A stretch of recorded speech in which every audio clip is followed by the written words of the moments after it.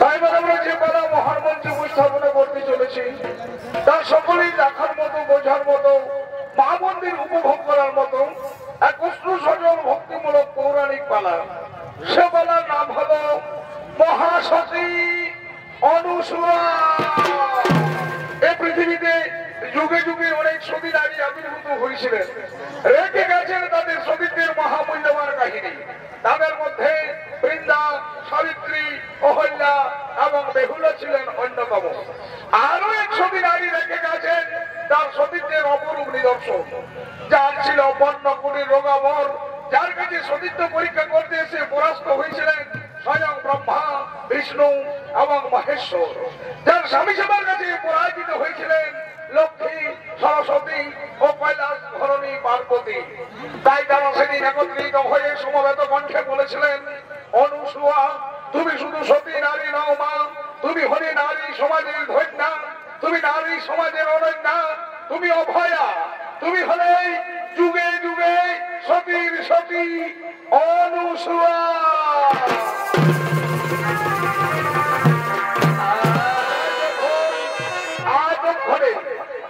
এতক্ষণে কৈলাস পর্বতে আগমন করছেন হর পার্বতী, গণেশ কার্তিক এবং মহামন্ত্রী নন্দী ও ভৃঙ্গি।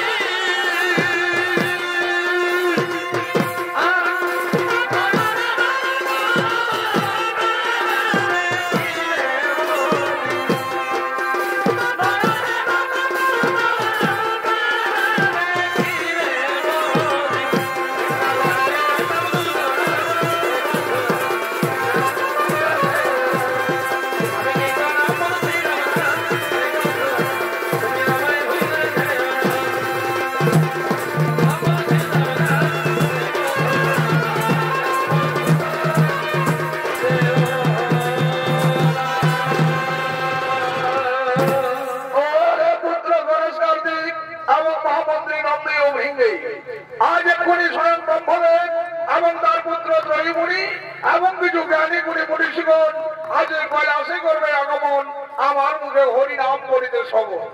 তাই অতিথি সবাই যেন করে না হয় ত্রুটি, সেদিকে দৃষ্টি রাখো সংরক্ষণ। কেমন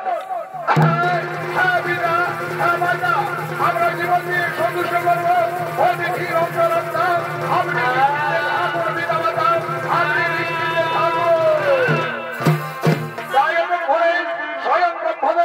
তার পুত্র ত্রয়ীমুনি এবং কিছু জ্ঞানী গুণী মনীষীগণ আজ এই কৈলাসে করছেন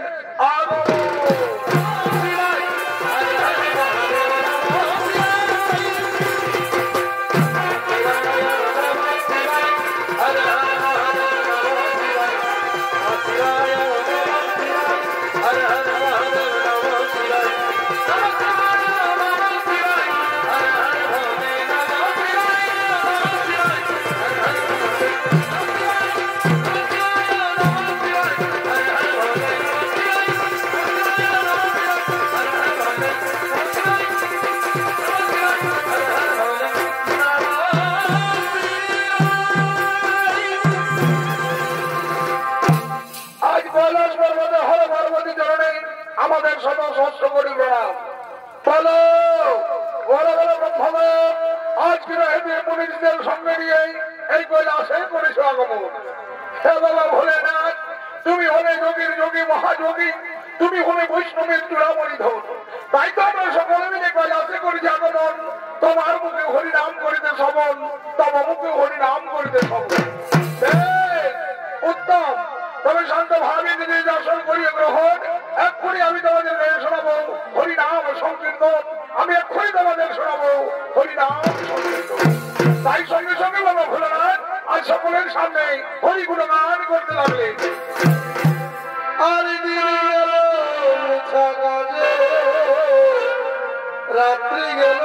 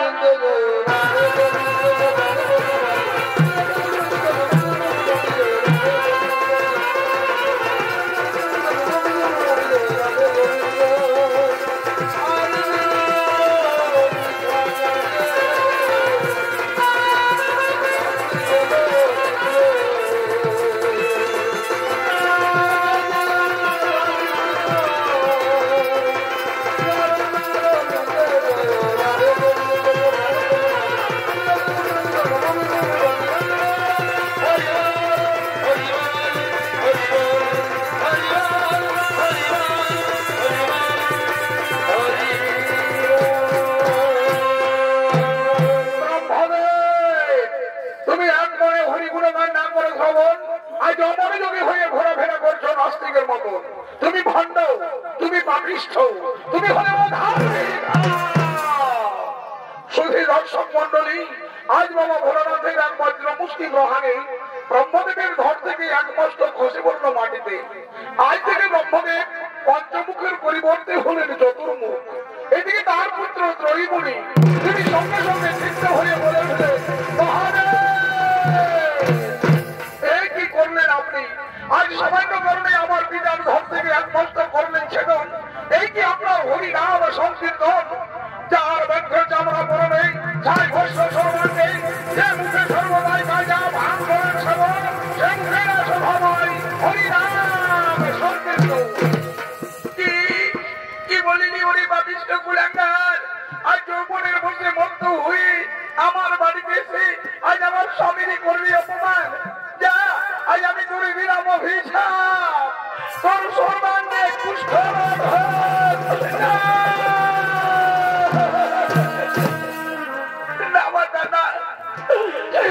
অভিশাপ আমায় দেবেন না মা। ফিরিয়ে দিন মাতা, আপনার নয় অভিশাপ আপনি ফিরিয়ে না। ওরে তোর মতো কুলাঙ্গারের কোনো ক্ষমা নয়, তোর মতো কুলাঙ্গারের কোনো ক্ষমা নয়। যা, অভিশাপ তোর জীবনে বলবেই, অভিশাপ বলবেই। মা, বাবা, আজ তবু বাক্য যদি আমার মস্তকে অভিশাপ হয়ে ফেলায় মা, তাহলে বলে দিন মা, কেমন করে হবে আমার মুক্তির উপায় মা? কেমনই হবে আমার মুক্তির উপায়? বাবা ত্রয়ী, কোনদিন যদি তোর জীবনে কোন সতী নারী হয় সহধর্মিনী, তাহলে সেই দিন সেই সতী নারীর বিদায় শেষ হবে। তোর অভিশপ্ত জামিনী সেই দিন ঘুরাইবে তোর অভিশপ্ত জামিনী। এদিকে বাবা ভোলানাথ সঙ্গে সঙ্গে বলে উঠলেন, সবাই মান ভাবে পর্যন্ত বলে ঋষিগণ আর বিলম্বের নাহিক রইল। চলো এক্ষুনি আমরা সেই অতিথিশালায় করিব গমন।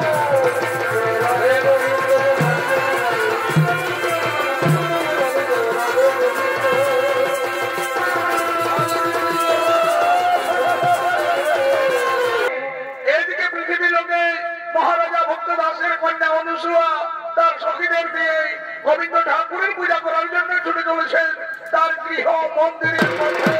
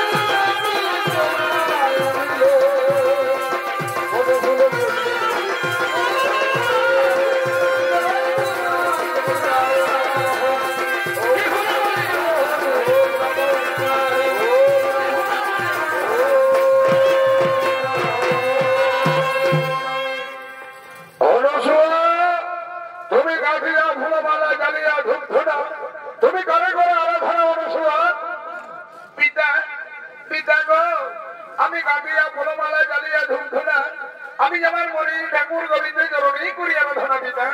বেশ, আচ্ছা অনুসরণ, তুমি বলতে পারবে কি কার জন্য আমাদের এই রাজ ঐশ্বর্য রাজ প্রসাদ আর কিসের জন্য আমাদের জীবনে এত সুখ এত আনন্দ? পিতা পিতা গো, একমাত্র ভগবান গোবিন্দের সুদয়ায়। ওরে ওরে অহংকারী মেয়ে, তুই বোধহয় জানিস না আমি কত কষ্ট করি কত পরিশ্রম করি আমি দিন দিন করে ঘরে তুলেছি রাজ ঐশ্বর্য রাজ প্রসাদ, আর তুই আমাকে সাধুবাদ না জানিয়ে আমার থেকে তোর মাটির পুজো গোবিন্দ ঠাকুর কাছে হলো। পিতা পিতা গো, তুমি অযথা উত্তেজিত হই না পিতা। একমাত্র ভগবানের সুদয়া ছাড়া কোন মানুষ তো জীবনে সুখী হতে পারে না। মনে রাখিস আমি একজন রাজা, আমি রাজার থেকে যদি করে মাটির পুতুল গোবিন্দ ঠাকুর বেশি হয় তাহলে আজ থেকে আমিও দেখতে চাই তোর মাটির পুতুল ধরে কত সুখে রাখে, তোর মাটির পুতুল ধরে কত আনন্দ রাখে। যা বেরিয়ে যা এই মুহূর্তে আমার চোখের সামনে থেকে, এই রাজপ্রাসাদ থেকে তুই দূর হয়ে যা। আমি যাই না।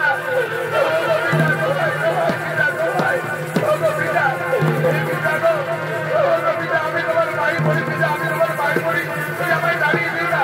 না ও অহংকারী, আমি দেখতে চাই তোর মাটির পুতুল ধরে কত সুখে রাখে, তোকে কত আনন্দ রাখে। যা বেরিয়ে যা এই মুহূর্তে আমার চোখের সামনে থেকে, এই রাজপ্রাসাদ থেকে তুই দূর হয়ে যা।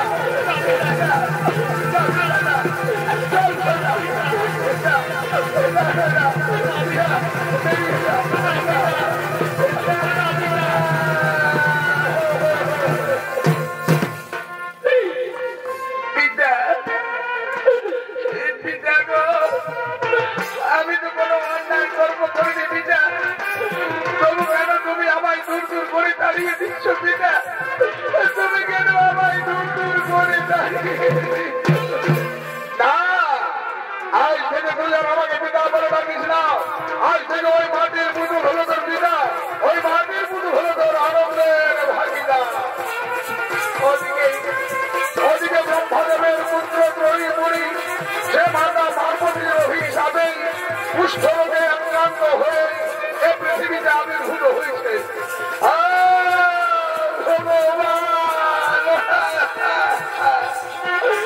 এত দুঃখ কষ্ট যন্ত্রণা আমি সহ্য করতে পারছি না ঠাকুর। এবার তুমি আমায় মৃত্যু দাও ঠাকুর, এবার তুমি আমায় মৃত্যু দাও। অনুসূয়া, একটু আগে তুই আমাকে বলেছিলিস না ওই মাটির পুতুলের জন্য নাকি তোর জীবনে এত সুখ এত আনন্দ? তাহলে ওই দেখ ওইখানে একটা মুমূর্ষু রোগা মানুষ পড়ে আছে। আজ আমি তোর সঙ্গে ওর বিয়ে দিয়ে দেবো।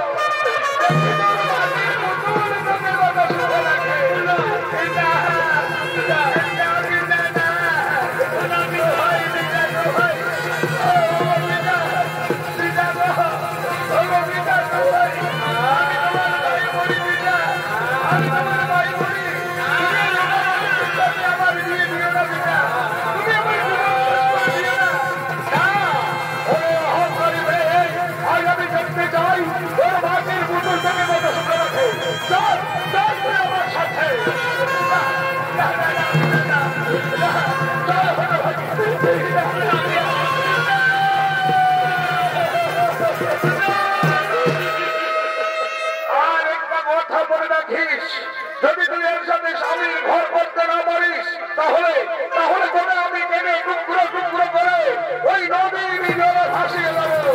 কথাটা মনে থাকে যেন, কথাটা মনে থাকে যেন। সখী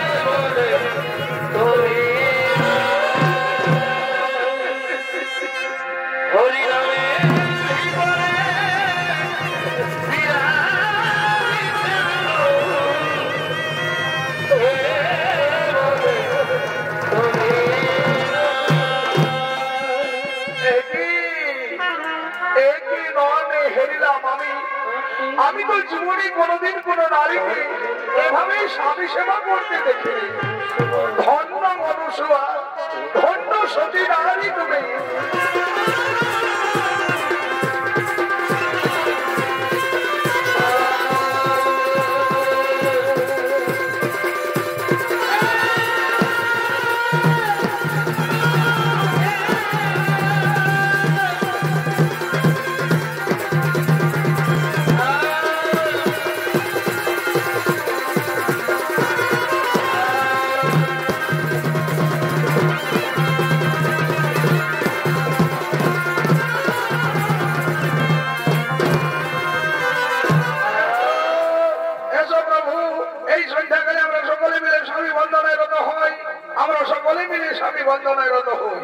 এদিকে যখন লক্ষ্মী সরস্বতী ও পার্বতী তারা নিজ নিজ স্বামী সেবা করছেন, ঠিক সেই সময় নারদ মুনি হরিপুর গান করতে করতে আজ স্বর্গপুরের পথে করেছেন আগমন।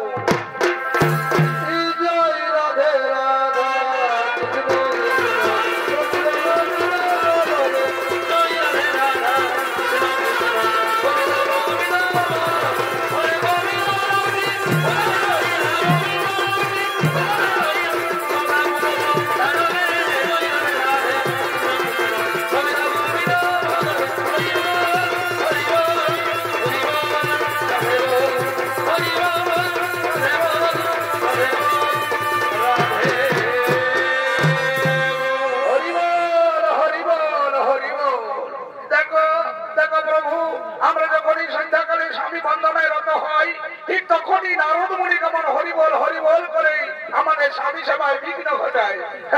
বলি, হে দেবী মাতা, তোমরা কি এমন স্বামী সেবা করো?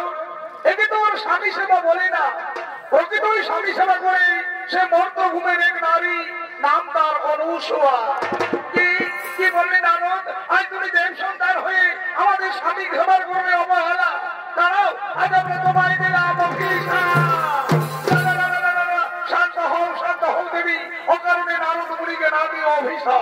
চলো আমরা সকলে মিলে গিয়ে পরীক্ষা করে আসি অনুসূয়া কেমন সতী নারী আর কেমন তার স্বামী সেবা।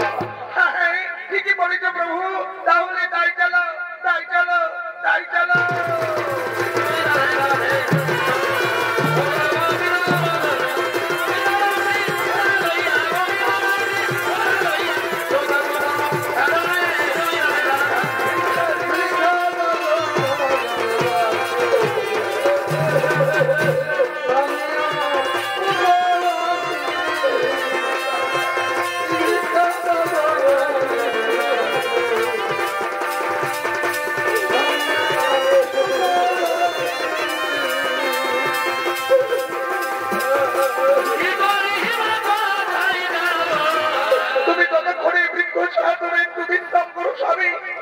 আমি এক্ষুনি পাশের গঙ্গা নদী থেকে স্নান করে আসছি। সেই গঙ্গা থেকে স্নান করে এসে আমরা দুজনে কুটিরে চলে যাব। আমি কুটিরে গিয়ে তোমায় রন্ধন করে অন্ন সেবা দেব। এসো, এসো স্বামী, তুমি এখন একটু বিশ্রাম করো। স্বামী আসছি, স্বামী, স্বামী আসছি, স্বামী আসছি।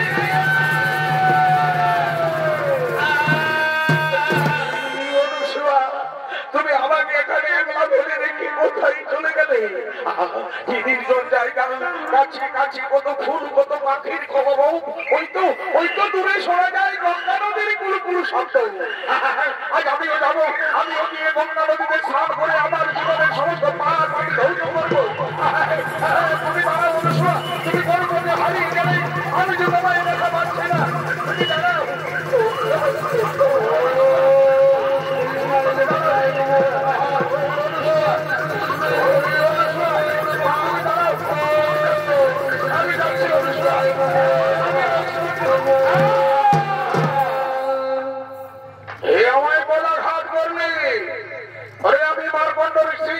আমি এক পরে গঙ্গা তীরে বসে ধ্যান করছিলাম, আর তুই আমার বললি পদাঘাত। যা, আজ আমি করে দিলাম অভিশাপ। 3 সপ্তাহ পরে যেদিন আকাশে সূর্য উদয় হবে, সেই দিন সূর্যোদয়ের সঙ্গে সঙ্গে তোর মৃত্যু হবে, তোর মৃত্যু হবে, তোর মৃত্যু হবে।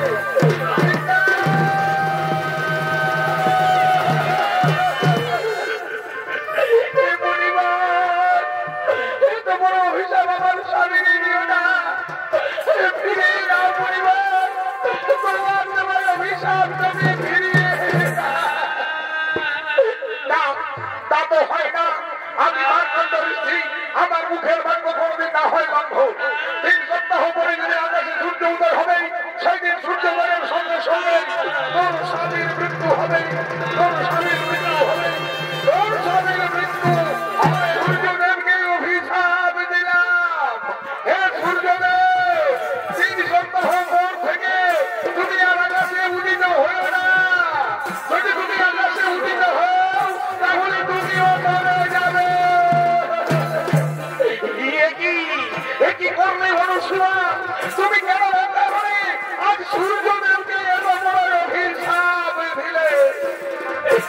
স্বামী, ওই মার্কণ্ড মুনির অভিশাপ থেকে তোমার জীবনকে রক্ষা করার জন্য আজ আমি বাধ্য হয়ে সূর্যদেবকে অভিশাপ চলো স্বামী, এবার আমি তোমায় নিয়ে কুটিরে চলে ব্রহ্মা, বিষ্ণু ও মহেশ্বর তারা ব্রাহ্মণের ছত্ররূপ ধারণ করে আজ অনুসরণ কুটিরে এসে বলছে,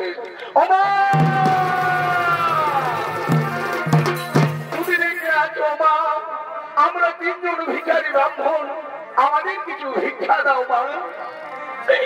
হে অতিথি ব্রাহ্মণ, আমার স্বামী আমার কোলে মাথা রেখে ঘুমিয়েছে, আমার স্বামীর নিদ্রা ভঙ্গ হোক, তারপরে আমি তোমাদের ভিক্ষা দেবো ব্রাহ্মণ, তারপরেই আমি ভিক্ষা দেবো। এই অনুসুয়া যেন আমাদের কুটিরের বাইরে এসে কথা বলছি, মনে হয় যেন কোনো অতিথি এসেছে। যাও না, তুমি কি একটু দেখা করে এসো। ওগো স্বামী, আজকে আমাদের কুটিরে 3 জন ব্রাহ্মণ দেবতা এসেছে, তুমি একটু শান্ত হও, আমি তাদের জন্য অন্ন ভিক্ষা দিয়ে আসছি। এই নাম, এই নাম অতিথি ব্রাহ্মণ, এই ভাগিনী অন্ন ভিক্ষা গ্রহণ করে।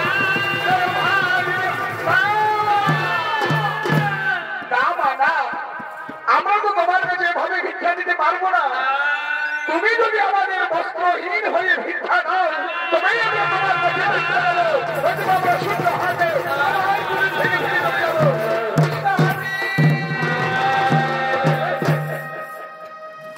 স্বামী, আজকে অতিথি ব্রাহ্মণেরা যে আমার কাছে বস্ত্রহীন হওয়ার পর ভিক্ষা দেবো বলছে, কিন্তু আমি একজন পূর্ণ যৌবনা নারী, আজ আমি কেমন করে তাদের কি বস্ত্র হয়ে ভিক্ষা দেব?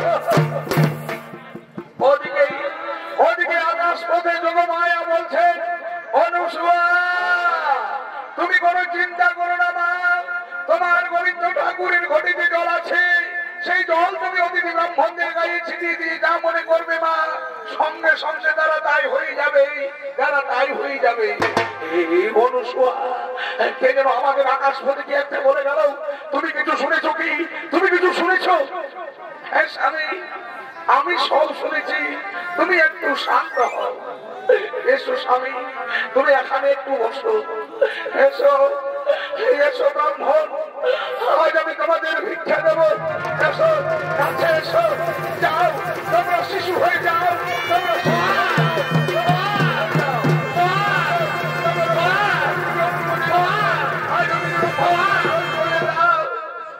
আই বাবারা, আজ আমি তোমাদের বস্ত্রহীন হয়ে সেবা দিলাম।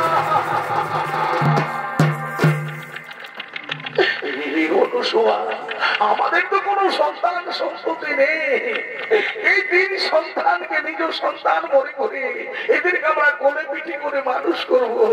দাও আমার কোলে দাও, এই 3 সন্তানকে দিয়ে আজ আমরা আনন্দে মেতে পড়ি। অনুসুয়া, আজ আমরা আনন্দে মেতে যা। ও মা, কুটিরে কে আছো মা? আমাদের কিছু ভিক্ষা দাও মা, আমরা যে তোমার দুয়ারে ভিখারি এই যে জগতে জননী মহামায়া আমার দুয়ারে এলো মা ও ভাগিনীর শত শত ঘোড়া দাও মা আমাদের কিছু ভিক্ষা দাও আমরা যে তোমার দুয়ারে ভিখারিনি দাঁড়াও মা আমি এক্ষুনি তোমাদের জন্য অন্ন ভিক্ষা নিয়ে আসছি না মা আমরা তো তোমার কাছে অন্ন ভিক্ষা নিতে আসেনি আমরা যে তোমার কাছে স্বামী ভিক্ষা নিতে এসেছি মা গো আমি কোথায় পাবো তোমাদের স্বামী মা যে আমি স্বামী ভিক্ষা দেব আমার কাছে যে তোমাদের স্বামী নেই ওই তোমার কুটিরে যে 3 সন্তান রয়েছে তারাই হলো আমাদের স্বামী দাও মা দয়া করে তুমি আমাদের স্বামী ভিক্ষা দাও মা গো আমার কুটিরের 3 সন্তান যদি তোমাদের স্বামী হয় মা যাও মা আগে নিজে নিজে স্বামী পছন্দ করে নিয়ে তোমরা নিজ ধামে ফিরে চলে যাও আমার কোনো আপত্তি নেই মা আমার কোনো আপত্তি নেই চলো চলো লক্ষ্মী চলো সরস্বতী আজ আমরা নিজ নিজ স্বামী পছন্দ করে নিয়ে আমরা নিজ ধামে ফিরে যাই তাই চলো চলো চলো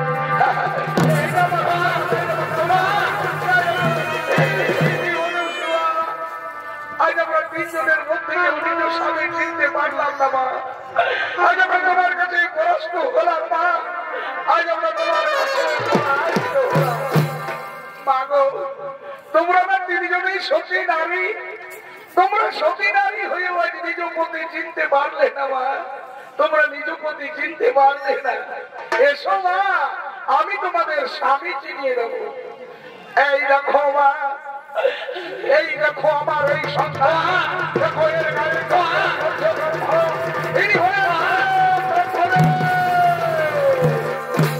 আর এই দেখো মা এই দেখো আমার আরেক সন্তান দেখো এর গায়ে রয়েছে ফেগুরামের পদচিহ্ন ইনি হলেন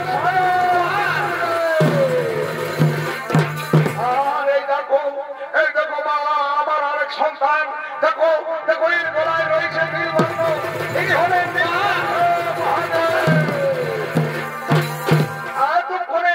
সরস্বতী ও পার্বতী দীর্ঘদিন পরে তাদের স্বামী ফিরে পেয়ে তারা মহানন্দে নৃত্য করতে লাগলেন এবং নিজ নিজ ধামে গমনের জন্য উদ্যত হলে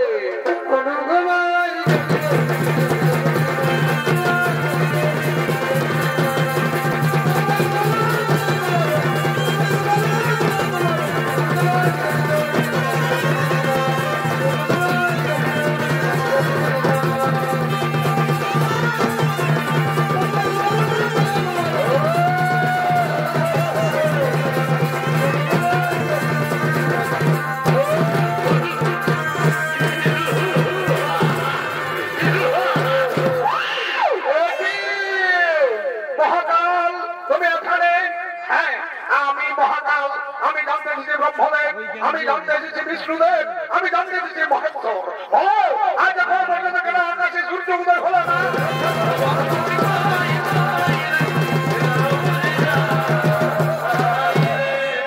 মহাকাল তুমি শান্ত হও বন্ধ করো তোমার এই তাণ্ডবের খেলা শোনো মহাকাল আজ আমরা সকলে মিলে করি সূর্যদেবের আরাধনা তাহলেই জানা যাবে এখনো পর্যন্ত কেন আকাশে সূর্য উদয় হলো তাই এতক্ষণে সমস্ত দেব দেবী মিলে সূর্যদেবের করছেন কঠোর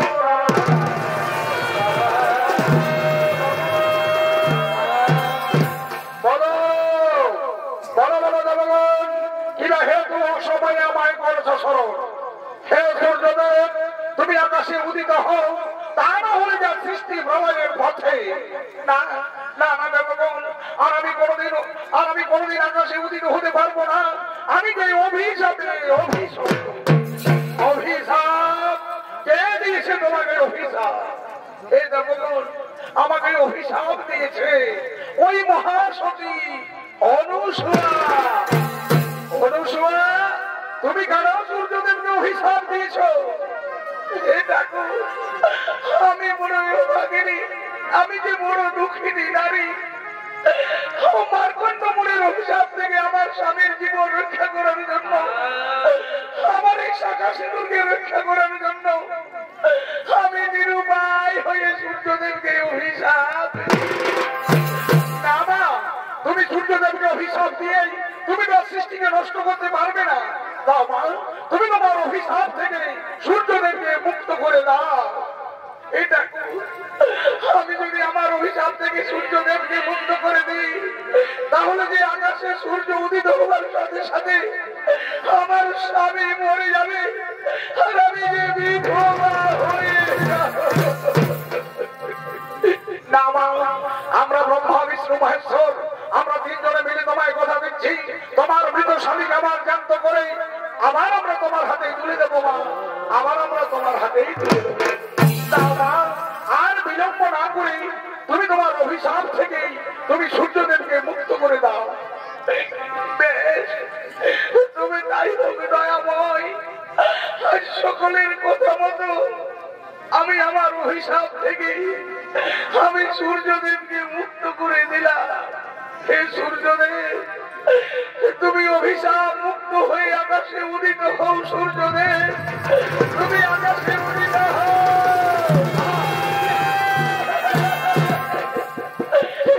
স্বামী, তুমি একটি বাবাই অনুসরণ করে রাখো। স্বামী, তুমি আমার ডাকে সাড়া দিচ্ছ না কেন? তোমার সর্বাঙ্গ শীতল হয়ে যাচ্ছে কেন? তুমি তুমি তুমি কি আমি জীবনের মতো ফাঁকি দিয়ে চলে গেল? স্বামী, হতে পারে না।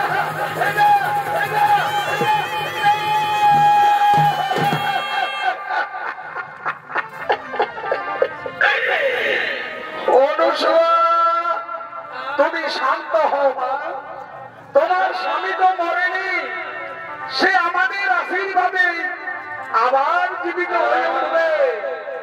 ওঠো ওঠো বুড়িমা, তুমি ওঠো, তুমি জানো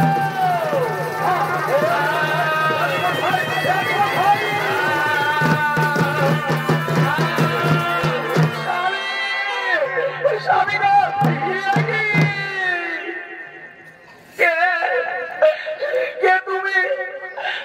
তুমি তো আমার স্বামী নও, তোমার কি চেহারার অনুসুয়া, তুমি শান্ত হও মা। তোমার স্বামী তো কোনো কুষ্ঠবাদীগ্রস্ত রোগা মানুষ নয় মা, তোমার স্বামী যে সাক্ষাৎ দেবতা। কি বললে ঠাকুর? আমার স্বামী কোনো কুষ্ঠবাদীগ্রস্ত রোগা মানুষ নয়, আমার স্বামী হলো দেবতা। হ্যাঁ হ্যাঁ মা, তোমার স্বামী হলো ব্রহ্মদেবের পুত্র ত্রয়ীমুনি। সে আমার অভিশাপে কুষ্ঠ রোগে আক্রান্ত হয়ে এই পৃথিবীতে আবির্ভূত হয়েছিল মা। আর তোমার মতো সতী নারীর পিতাই আজ সে অভিশাপ থেকে মুক্তি পেয়েছে। তুমি ধন্য মা, তুমি ধন্য সতী নারী। তারই সঙ্গে সঙ্গে সমস্ত দেবদেবী আজ একত্রিত হয়ে বলছেন, অনুসুয়া, আজ তুমি সাধারণ নারী হয়েও তুমি যে স্বামী সেবা দেখালে মা, সেই স্বামী সেবার কাছেই আমাদের মতো দেবদেবী আজ আমরা সকলেই তোমার কাছে পরাস্ত হয়েছি মা। আজ আমরা সকলেই তোমার কাছে পরাজিত হয়েছি। তাই আজ সকলে মিলে সমবেত কণ্ঠে বলছি, তুমি শুধু সাধারণ নারী নও মা, তুমি হলে নারী সমাজের